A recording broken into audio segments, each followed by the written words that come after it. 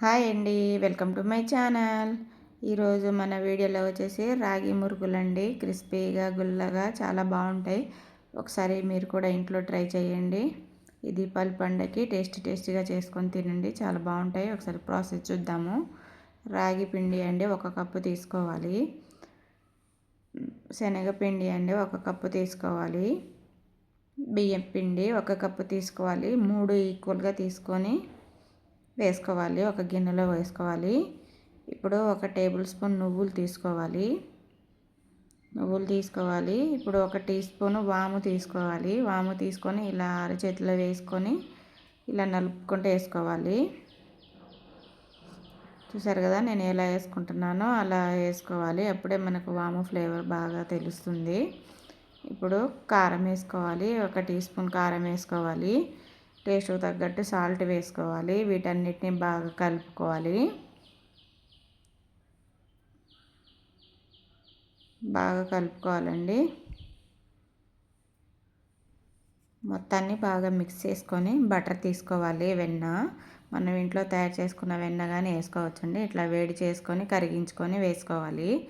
వెన్న వేసుకోలేము అనుకునే వాళ్ళు నూనెని వేడి చేసుకొని 4 స్పూన్ల దాకా నూనె తీసుకొని వేడి చేసుకొని వేసుకొని బాగా రఫ్ చేసుకుంటా ఇలా కలుపుకోవాలి. చూసారు కదా, నేను ఎలా రఫ్ చేసుకుంటా కలుపుకుంటున్నానో అలా కలుపుకోవాలి. మనం ఒక పిండిని కొంచెం తీసుకుని ముద్ద చేస్తే ఇలా ముద్దలా ఫామ్ అవ్వాలి. అప్పుడే మనకు మురుకులు చాలా గుల్లగా క్రిస్పీగా వస్తాయండి. ఇప్పుడు కొంచెం వేడి వాటర్ తీసుకోవాలి. వేడి వాటర్ అంటే మరీ వేడి వాటర్ కాదండి, మనం చేతితో పట్టుకునేంత వేడి ఉండాలి. గోరువెచ్చగా వాటర్ని కొంచెంగా పోసుకుంటూ పిండిని కలుపుకోవాలి. చూసారు కదా, ఇలా కలుపుకోవాలి. కొంచెం వాటర్ వేసుకుంటా పిండిని బాగా కలుపుకోవాలి. కొంచెం ఇలా పొడి కలుపుకొని మూత పెట్టుకొని ఒక 10 నిమిషాలు పక్కన పెట్టుకోవాలి. చూసారు కదా, ఇలా కలుపుకొని మూత పెట్టుకొని పక్కన పెట్టుకోవాలి. ఇప్పుడు 10 నిమిషాల తర్వాత చూద్దాము.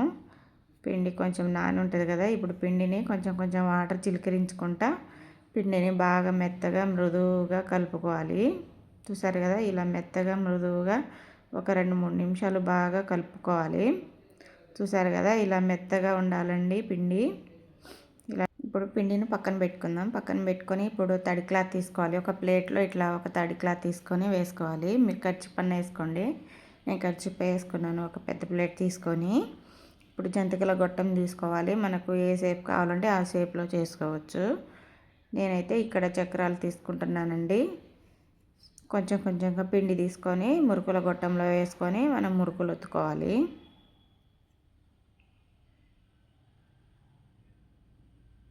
చాలా గుల్లగా క్రిస్పీగా చాలా బాగుంటాయండి.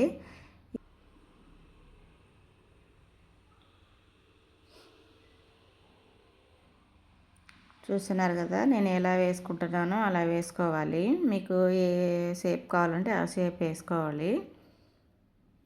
అన్నీ ఇలాగే వేసుకోవాలండి. పిండి మొత్తాన్ని మనం నూనెలో ఒకవైపు ఫ్రై చేసుకుంటా ఒకవైపు వేసుకోవచ్చు.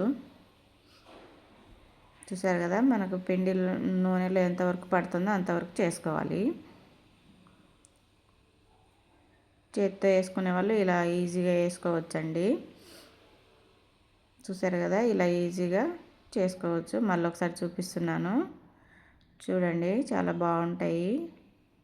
ఇలా రౌండ్గా చేసుకోవాలండి. గుల్లగా క్రిస్పీగా చాలా సూపర్ టేస్టీగా ఉంటాయి. ఒకసారి మీరు కూడా ఇంట్లో ట్రై చేసి నాకు కామెంట్ రూపంలో తెలియచేయండి. మీ ఫ్రెండ్స్ అండ్ ఫ్యామిలీ మెంబర్స్కి షేర్ చేయండి. వీడియో లైక్ చేయండి, సబ్స్క్రైబ్ చేయండి. చూసారు కదా, అట్లకాడ తీసుకొని ఇప్పుడు చేతితో వేసుకునే వాళ్ళు ఇట్లా అట్లకాడ తీసుకొని ఒక్కొక్కటి ఇలా వేసుకోవాలి. చూసారు కదా, నేను ఎలా వేస్తున్నానో ఇలా వేసుకోవాలి. ఈజీగా చేసుకోవచ్చండి. చూసారు కదా,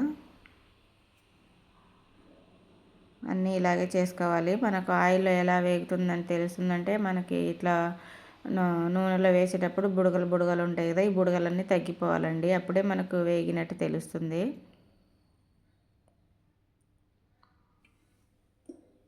చూసారు కదా ఎంత బాగా వచ్చాయో. అన్నీ ఇలాగే చేసుకోవాలండి, చాలా సూపర్ టేస్టీగా ఉంటాయి. చూడండి ఎలా వచ్చాయో, చూసారు కదా. ఇప్పుడు నేను ఒకటి తుంచి చూపిస్తాను. చూడండి ఎంత క్రిస్పీగా ఉన్నాయో,